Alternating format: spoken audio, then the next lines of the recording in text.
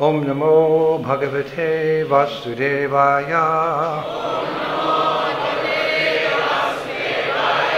Om Namo Bhagavate Vasudevaya. Om Namo Bhagavate Vasudevaya.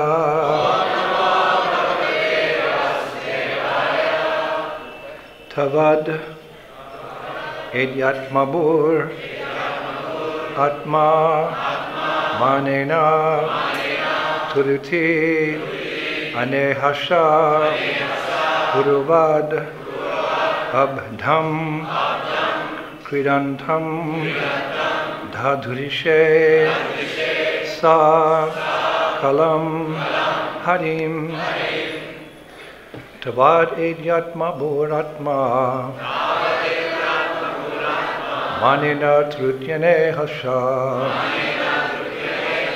purovad ābdaṁ krīḍantam dadṛśe sa-kalaṁ harim. Tāvad etyātmabhūr ātma-mānena truṭi-anehasā purovad ābdaṁ krīḍantam dadṛśe kalam sadṛśe sa-kalaṁ harim. Tāvad etyātmabhūr ātma-mānena truṭi-anehasā purovad ābdaṁ krīḍantam dadṛśe sa-kalaṁ harim. Tāvat, for so long. Etya, after returning. ātma-bhūḥ, Lord Brahmā. ātma-mānena, by his, Brahma's own measurement. truṭi-anehasā, by 1 moment's time. purovad, just as previously.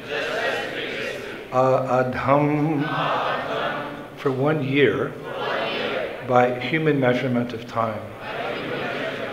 krīḍantam, playing. dadṛśe, he saw. sa-kalaṁ, along with his expansions. Harim, Lord Hari. Krishna. Prabhupada said, our Krishna.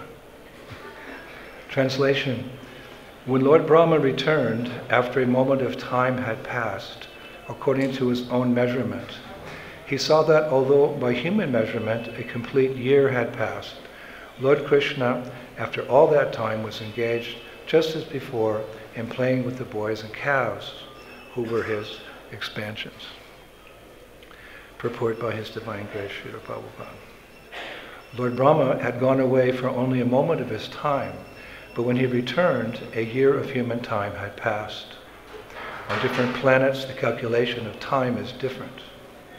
To give an example, a man-made satellite may orbit the Earth in 1 hour and 25 minutes, and thus complete 1 full day, although a day ordinarily takes 24 hours for those living on Earth. Therefore, what was but a moment for Brahma was 1 year on Earth. Krishna continued to expand himself in so many forms for 1 year, but by the arrangement of Yogamaya, no one could understand this but Balaram. After 1 moment of Brahma's calculation, Brahma came back to see the fun caused by his stealing the boys and calves. But he was also afraid that he was playing with fire. Krishna was his master, and he had played mischief for fun by taking away Krishna's calves and boys. He was really anxious, so he did not stay away very long. He came back after a moment of his calculation. When Brahma returned, he saw that all the boys, calves and cows were playing with Krishna in the same way as when he had come upon them. By Krishna's display of Yogamaya, the same pastimes were going on without any change. On the day when Lord Brahma had first come, Baladev could not go with Krishna and the cowherd boys, for it was his birthday, and his mother had kept him back for the proper ceremonial bath called Śrī Kṛṣṇa. Therefore, Lord Baladev was not taken by Brahma at the same time. Now, 1 year later, Brahma returned, and because he returned on exactly the same day, Baladev was again kept at home for his birthday. Therefore, although this verse mentions that Brahma saw Krishna and all the cowherd boys, Baladev is not mentioned. It was 5 or 6 days earlier that Baladev had inquired from Krishna about the extraordinary affection of the cows and the cowherd men. But now when Brahma returned, Brahma saw all the calves and cowherd boys playing with Krishna as expansions of Krishna, but he did not see Baladev. As in the previous year, Lord Baladev did not go to the woods on the day that Lord Brahma appeared there.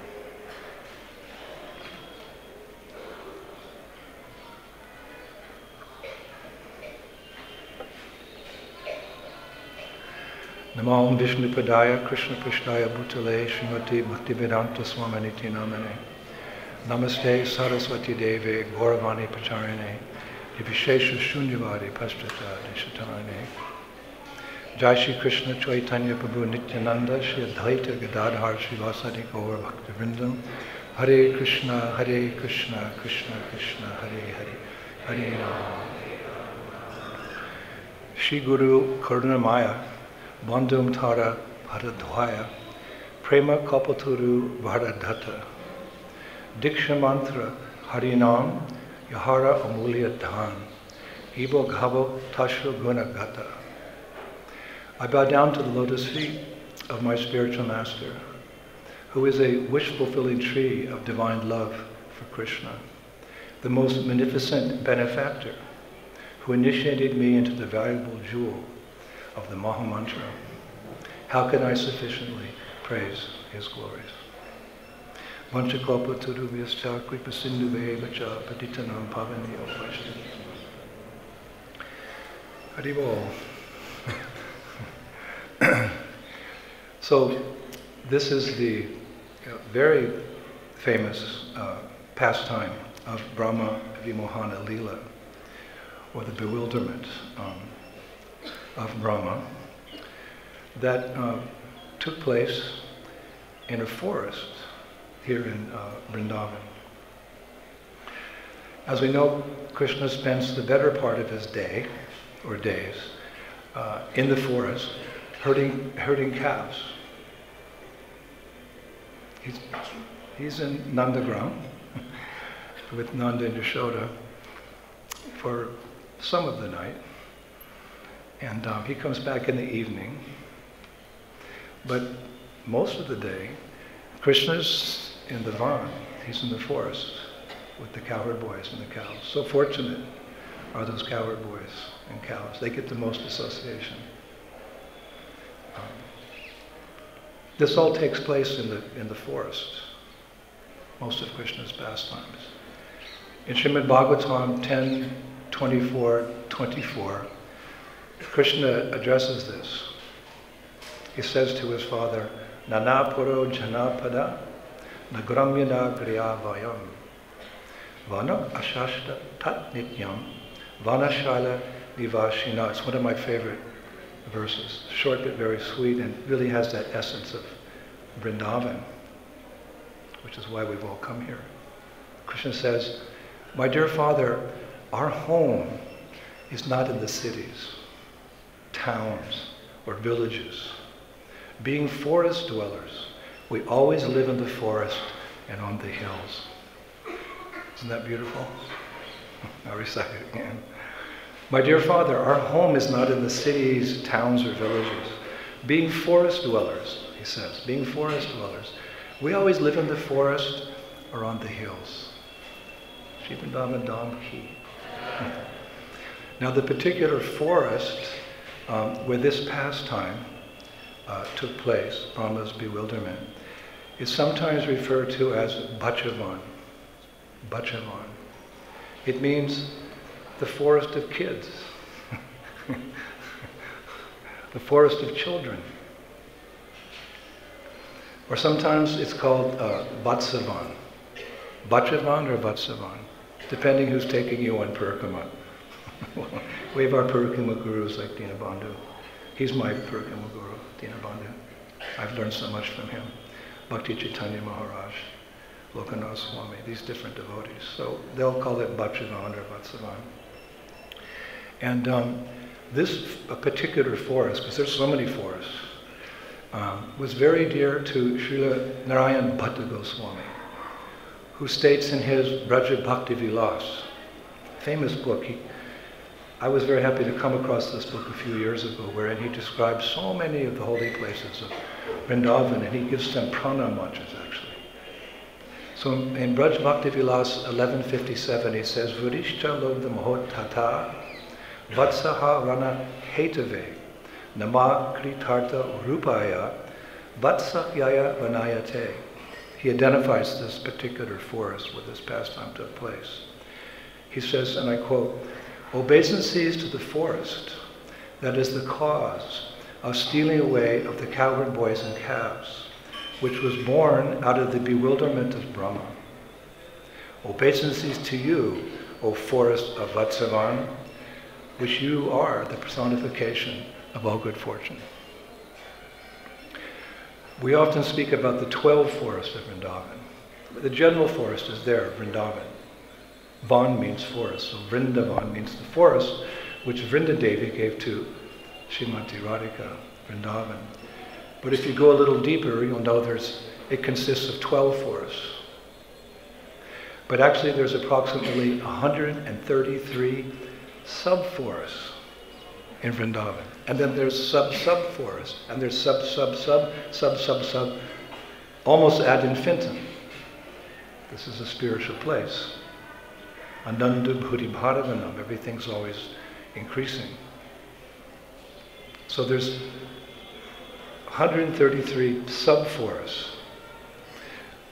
This is a little technical, but details are important for us.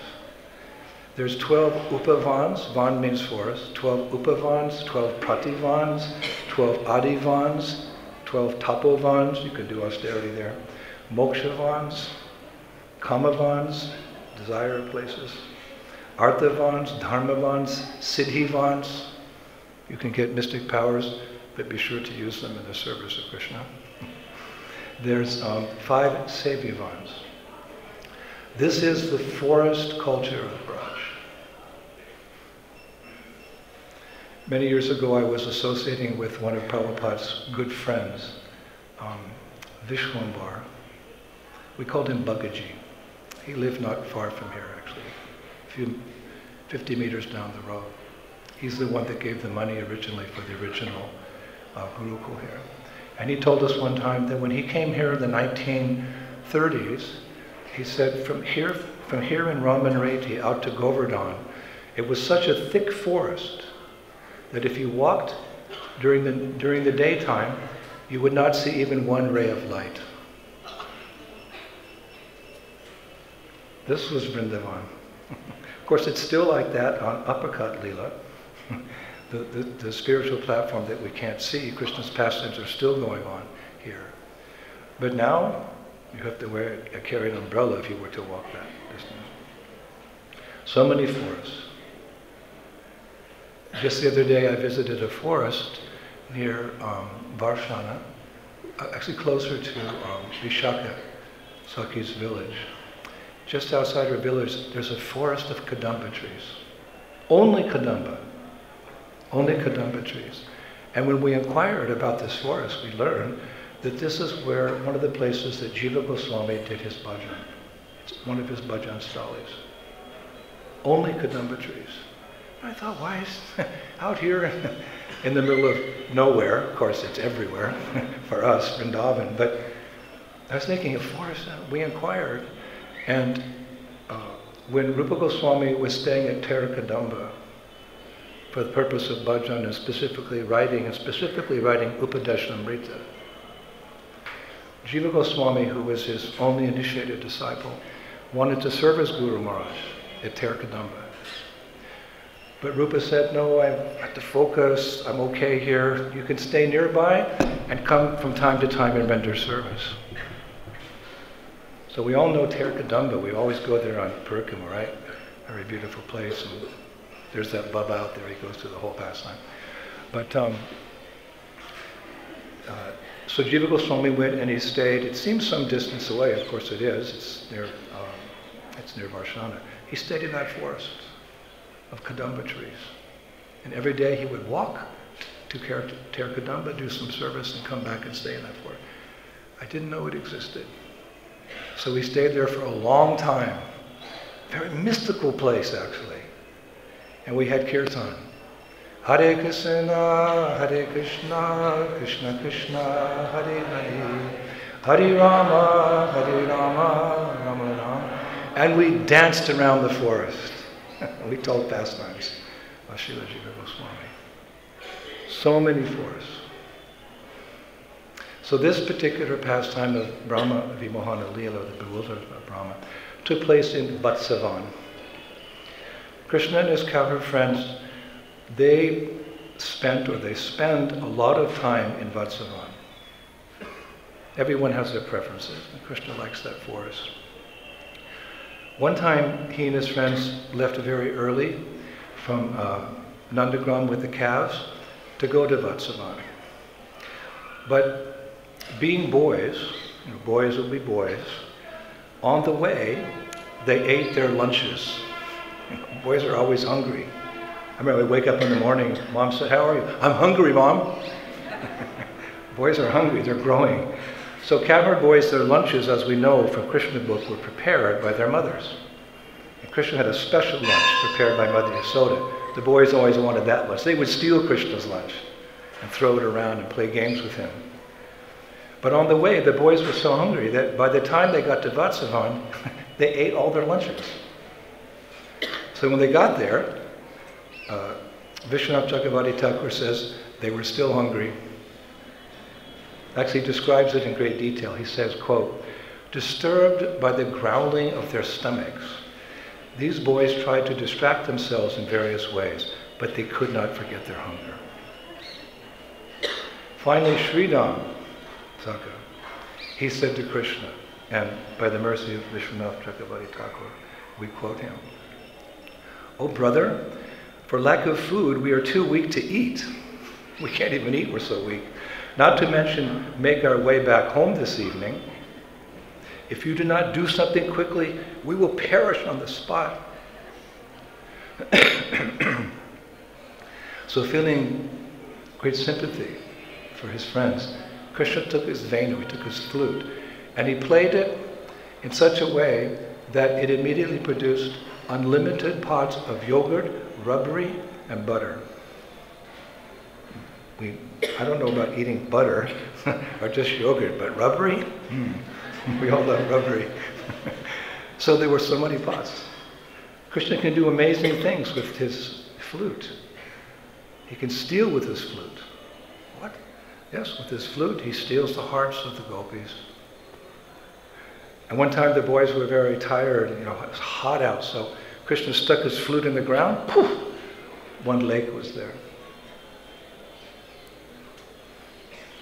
So Shastra says the boys, they, quote, leaped on the pots, just like tigers leap from behind bushes upon an unsuspecting prey. We're quoting the acharyas here. And what did they do while they were eating? There's no Gramya Katha. They simply spoke about their amazing friend and his ability to do mystical things with his flute.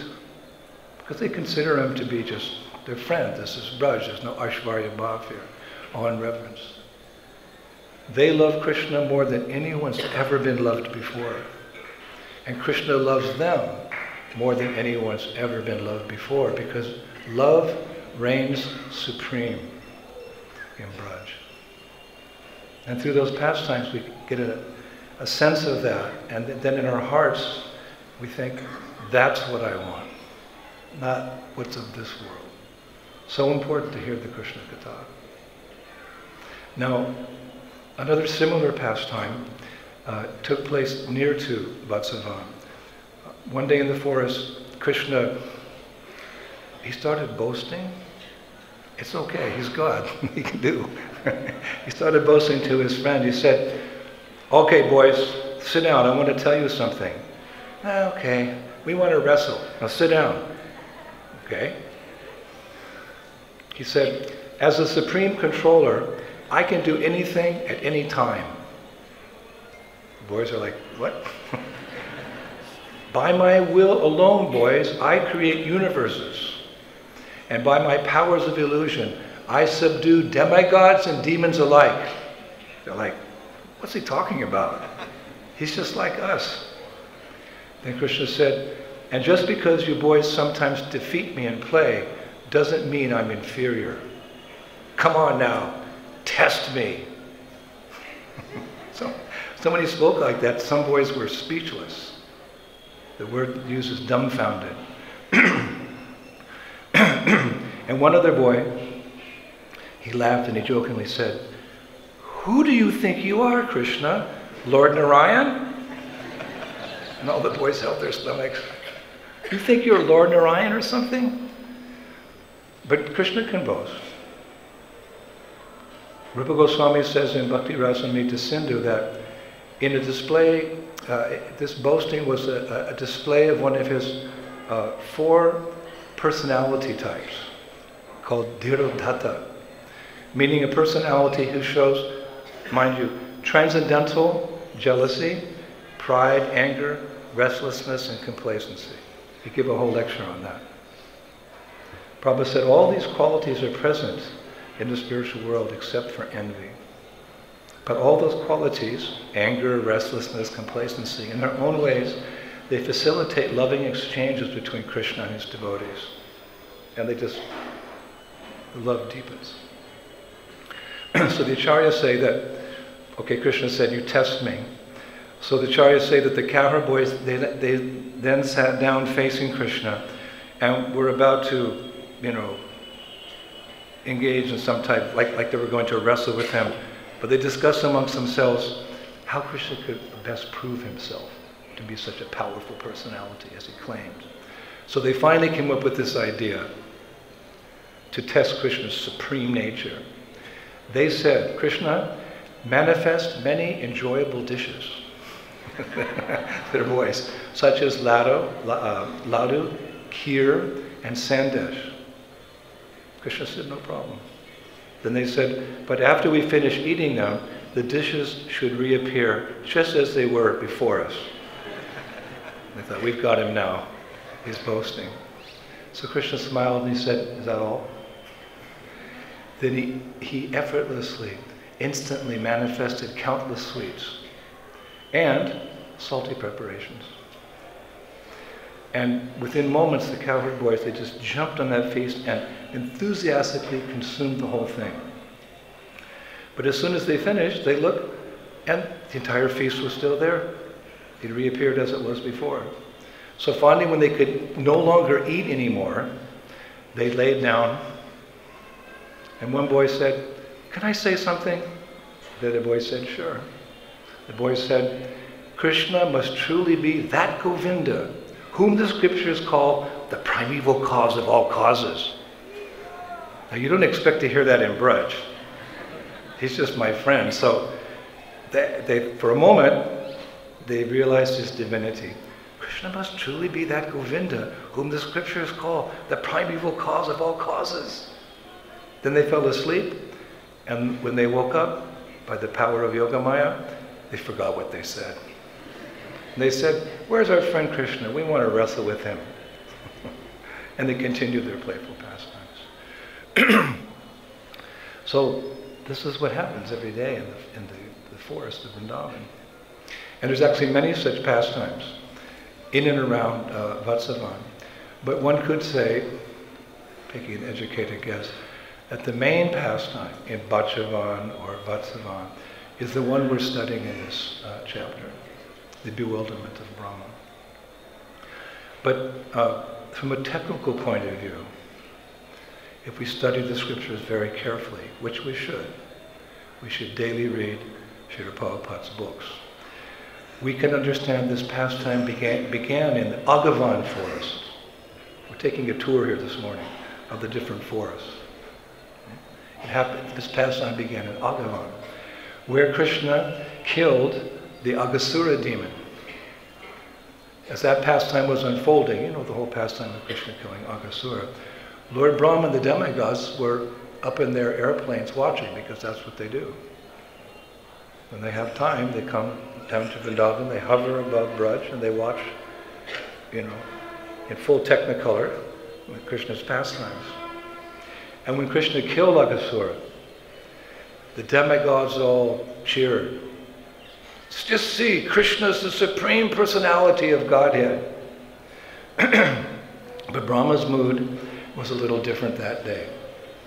He was astonished looking at this pastime. He said, how come they all praise a little boy as the Supreme Lord? He's just a kid in Bhajavan. That's what he does, his pastimes. How can he be the Supreme Lord? Of course, this is all the arrangement of Yoga Maya. So he came up with a plan, as those of you who have been here the last month, we've been covering this pastime for almost a month, to steal all the calves and boys for 1 year and bewilder Krishna. So the acharyas say, naturally this brings up a question. How could Lord Brahma do such a thing? Actually, Jiva Goswami, he poses the same question in his Vaishnava Toshani commentary. He has a commentary in Vaishnava Toshani. He writes that, well, Lord Brahma is actually omniscient in the sense that he knows all the Vedas. In the Vedas, whatever is to be known is known.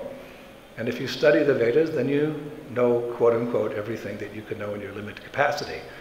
But anyway, he said Brahma, he's omniscient in the sense that he knows all the Vedas. So he too poses the question, how can such a person be bewildered? But then he answers the question, because without him answering it, how are we going to know? So he writes, this boy, Krishna, has Maya Mohan Atta, the capacity to influence anyone and everyone with his Yoga Maya. And this Yoga Maya can bewilder, quote, the best amongst those who are firmly situated in knowledge. Brahma, he's the head of our sampradaya, so the best amongst those who are firmly situated in knowledge. Now there's another explanation I found as to why Lord Brahma became bewildered. This is hard for us to, of course, Brahma's position is not always like our Brahma. There's so many universes, and in each universe there's a Brahma. And depending on the size of the universe, he has an equivalent number of heads. Sometimes Brahmas have 1,000 heads, sometimes 64,000 heads. We have a kind of tiny universe, so our Brahma only has 4 heads. But our Brahma, we know from the past time, he's a pure devotee of the Lord. But just as Arjuna is a pure devotee of the Lord, and became temporarily confused by the will of the Lord so that Lord could speak Bhagavad-Gita to his friend, not a demon or materialistic person, Arjuna humbly accepted that position, although he's a pure devotee. So don't doubt our Brahma because of this pastime. It's all arranged by the Lord. And one devotee gives a very nice explanation as to why Brahma became bewildered. I have a cold, excuse me. It's a very rasic explanation. This devotee says, he explains why Brahma had the right to kidnap all Krishna's calves and cowherd boys. Brahma had the right to steal Krishna's calves and Krishna's boyfriends? He had the right? Wait a minute. So this devotee's name is Harisuri. He's lived some hundreds of years ago. He was a very deep rasic devotee, a very wonderful poet, and many great Vaishnavas study him. So listen to what he said. He writes, there's no fault on the part of Brahma for stealing all of Krishna's calves and friends because, and I quote him now, listen carefully, the Lord is the father of this universe and Brahma is his son. The Lord has appeared in a family of cowherds. So ideally, the father should take care of the elder cows and elderly gopas, and the son should take care of younger calves and younger boys. To fulfill the son's responsibility, Brahma took care of the calves and boys for an entire year. There's so many great Vaishnavas we don't know about, but they were there and they wrote, and we're discovering all these things in the Vrindavan Research Institute. As you know, they've given us the liberty to help them revamp that whole program there. And we're taking advantage to go in the library and pull out these shastras by many authorized Vaishnava devotees.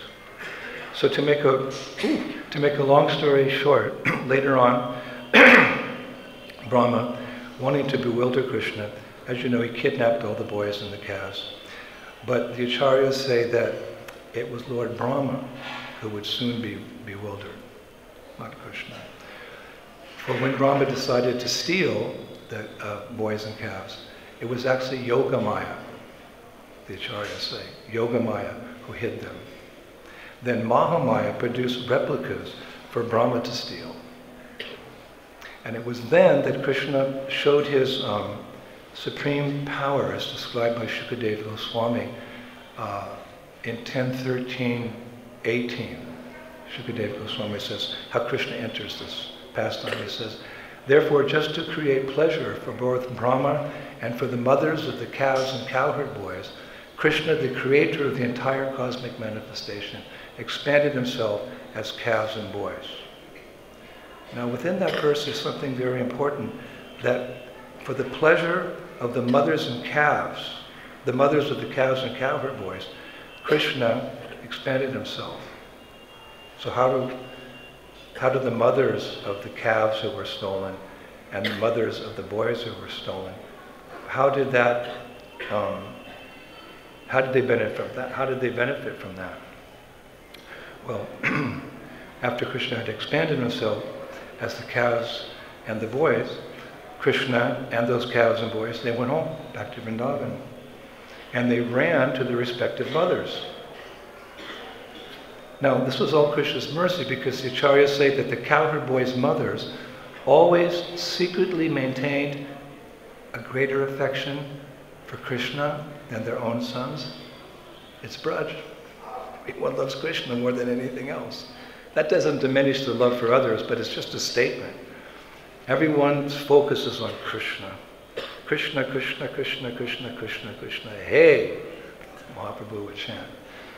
So the elderly gopis, they're in that Vatsalya mood, like the mommy mood, the motherhood mood. So they secretly maintained a greater affection for Krishna than their own sons. Vishwanath Chakravarti Thakur, he says, they would often think as follows: will I ever be as fortunate as Mother Yasoda and have Krishna as my child? Will I ever be as fortunate as Mother Yasoda? She has Krishna. I want Krishna. How's it possible? There's only one Mother Yasoda, one Nanda Maharaj. We get our Siddha Swarup. We don't become Nanda Baba, Yashoda, Vishaka, Lalita, no. But we can take on the same mood as these residents of Vrindavan. Madhurya Ras, Vatsalya Ras, Sakya Ras, like that. That's a long way away, but that happy day will come. We'll know what a relationship, by Prabhupada's grace, is with Krishna. So these gopis, they had this mood. I want Krishna as my son. Will I ever be as fortunate as Mother Yasoda and have Krishna as my child? So that's why Purnamasi arranged this pastime. Because Krishna had now taken the form of their sons, as well as the forms of the calves. So when these boys came home, all the desires of those mothers were fulfilled, and the mother cows as well. In fact, Jiva Goswami writes that during this 1 year period, when Krishna manifested himself as his cowherd friends, this is really amazing. The older gopis' love for Krishna was twice that of Mother Yashoda's. The older gopis' love for Krishna was double what Yasoda feels for Krishna. Of course, we don't want to make any comparisons, but these are very interesting. The science of love of God. We're studying the science of love of God. So for 1 year, Krishna was the boys and the calves, and that looked, to everyone it looked like the pastimes. They're going to the forest, they're coming back in the evening.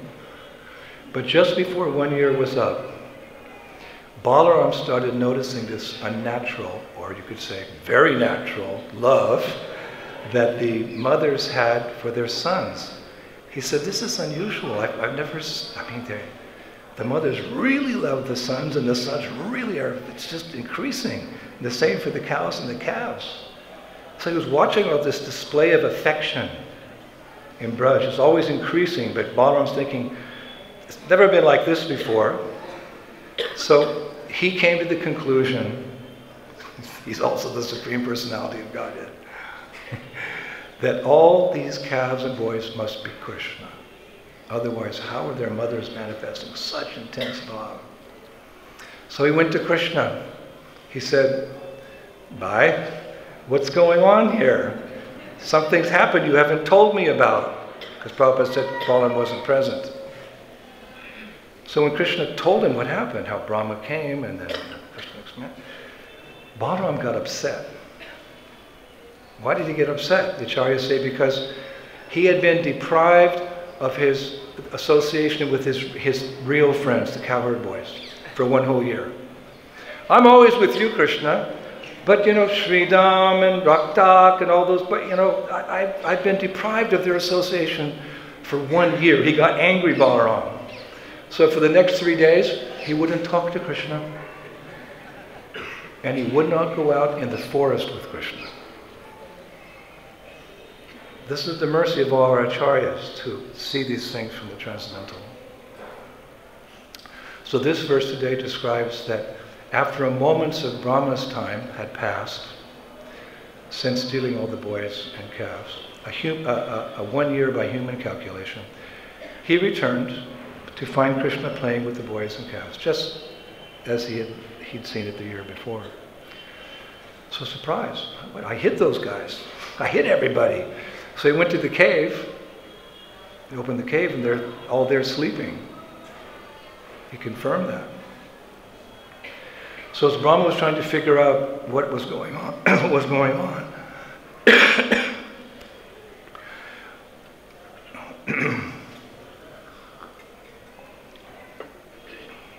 I almost didn't come because of this cold, but I just couldn't refuse this opportunity. So as Brahma was trying to figure out, what's going on, I stole the boys, I put them in the cave, but I see the boys and the calves with Krishna. What's going on? So he kind of wandered around to where all the boys were playing, and the calves. And the boys, you know what they said to him? Brahma, you're a goat. You wanted to bewilder us, but you do not know who we are. Just see the truth. And at that moment, by Krishna's grace, Brahma was given the spiritual vision to see all those calves, quote, and boys, quote, with 4 arms, with rain cloud-like complexions, wearing yellow garments, and ornaments, marks, and symbols like that of Vishnu, because that's who they were. They're all expansions. And as he watched, he realized what Krishna had done. And he became humbled. The acharyas say that he was stunned, of course, wow, what did Krishna do? But he was also overcome by bliss. And when he fainted, and when he came back to consciousness, external consciousness, it's described by Jiva Goswami that he came to. And the first thing he experienced, he perceived the sweetness of Vrindavan. I thought that was nice. I would also like to perceive the sweetness of Braj. Wouldn't you? So this is the first thing, that as a result of this pastime, Brahma experienced the sweetness of Braj. Then he was able to, it's described, appreciate the trees which were heavily laden with fruit and flowers. What's the big deal? These trees are all called Eviction Trees. They're all personalities. They're all persons who either achieved that position or siddhasvruta, they had that position forever, like Madhavendra Puri.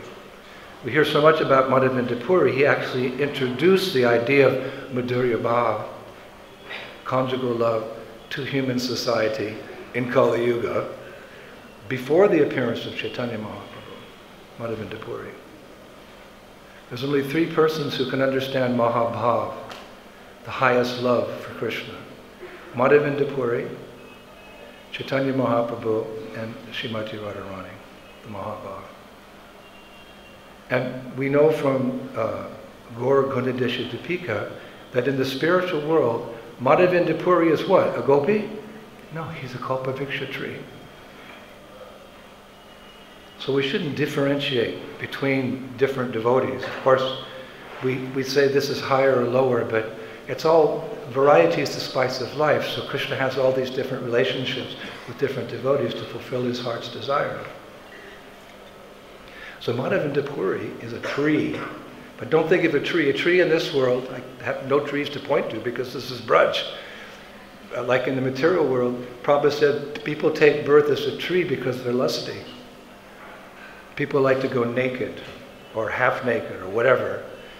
So Prabhupada said if its desire is very strong, you can stand naked for 100 years as a tree. Your desire will be fulfilled.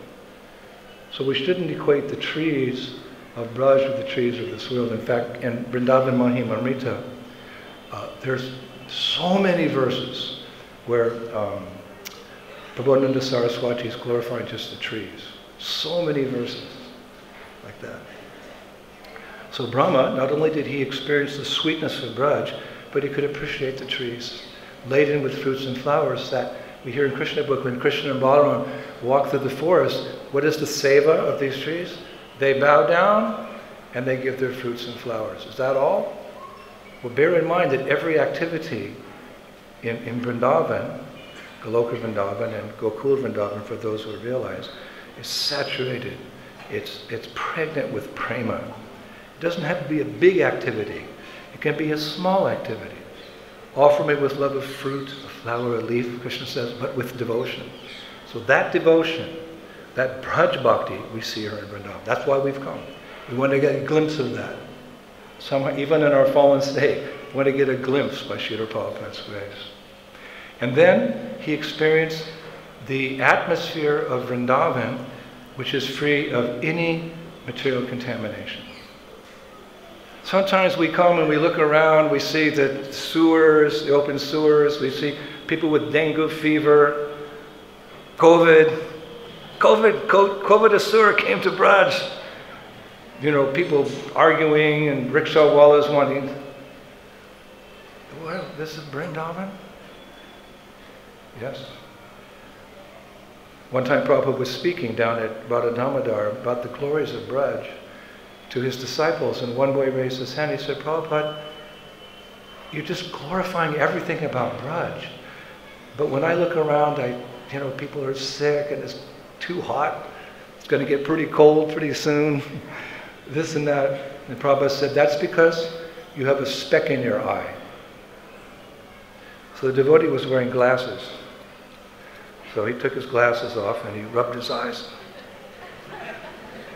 Prabhupada said, no. That speck in your eye is your desire for sense gratification. Material desire.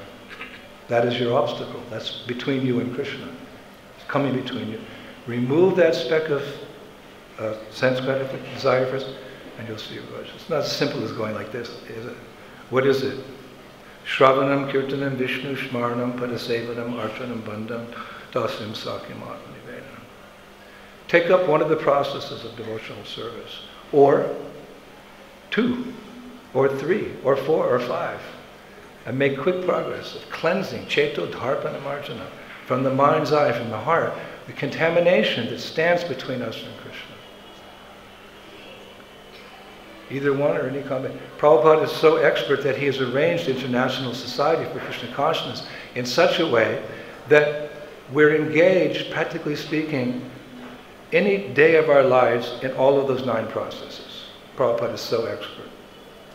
He took all this culture, brought it to the West, and presented it to us in such a way that we are practicing these 9 limbs of devotional service on a regular basis. All glories to Śrī Prabhupada. So, having had this vision of Braj, he got down from his swan carrier and he begged Krishna for forgiveness. Now, Prabhupada has mentioned many times in his books and his purports that the demigods don't usually touch the earth when they come. But Brahma had given up his false sense of prestige and honor and thinking Krishna just an insignificant coward boy. He realized who he was, who is God, and who is his relationship with God. That's the essence of our movement. So he touched the ground out of humility. He felt like a rod, like a golden rod before the Supreme Lord. And he bathed Krishna with the tears from his eyes. Prabhupada said that in Nectar of Devotion that one should learn the art of crying. It's not an art like painting or athletics. It comes with purification. But we should hope for that day. At least one day in our lives, and we chant the holy names. The result of all of our devotional service will be that one tear comes down our face. That's the perfection of Krishna consciousness. This is a movement of love. One devotee said, Krishna consciousness, this movement is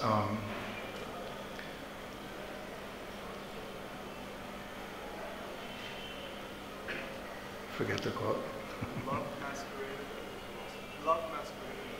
Love masquerading as a philosophy. We have so many lectures, but behind it all is, we want to love Krishna. So Brahma achieved that. So we offered very elegant and very deep prayers. I was reading the other day that Prabhupada commented one time that Brahma's prayers were amongst the most difficult parts of the Bhagavatam to translate and comment on. I was surprised when I read that. Transcription.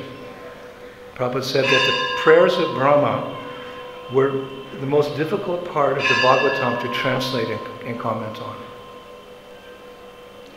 But I thought that Prabhupada really had no problem because he had the best editor. You should know that every writer has an editor. Even Hemingway, he had 4 or 5 editors. They would go through his works and edit and refine what he was saying. It's just the way we do things as writers. So Prabhupada had the best editor. How do we know?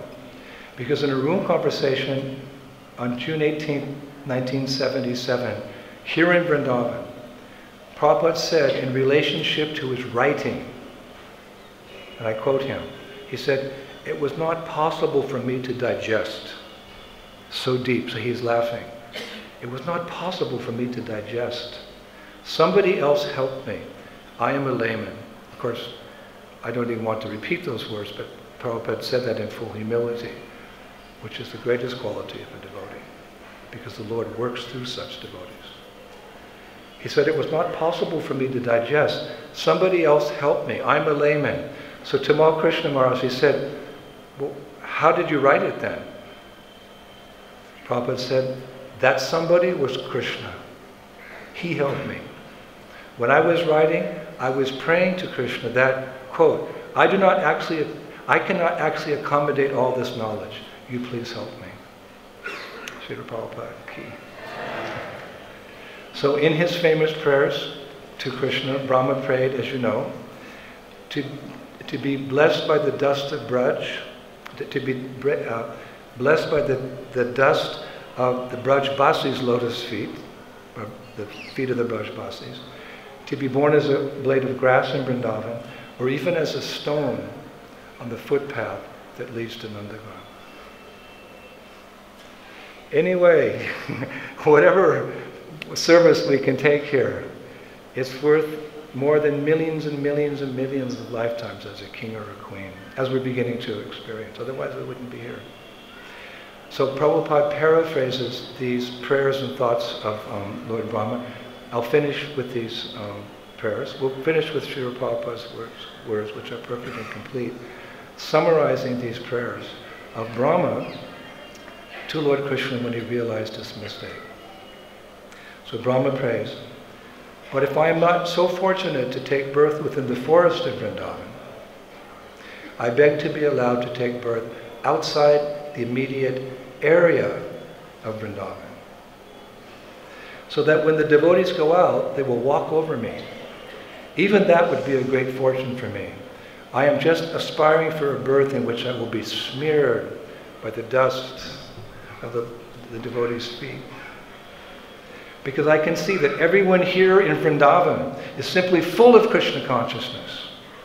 No one here knows anything but the lotus feet of Krishna or Mukunda, for which the Vedas themselves are searching. My greatest possible good fortune would be to take birth in whatever forest there is here in Vrindavan and have my head bathed by the dust falling from the lotus feet of the Brajbasis. Their entire lives and soul is the Supreme Personality of Godhead, Mukunda.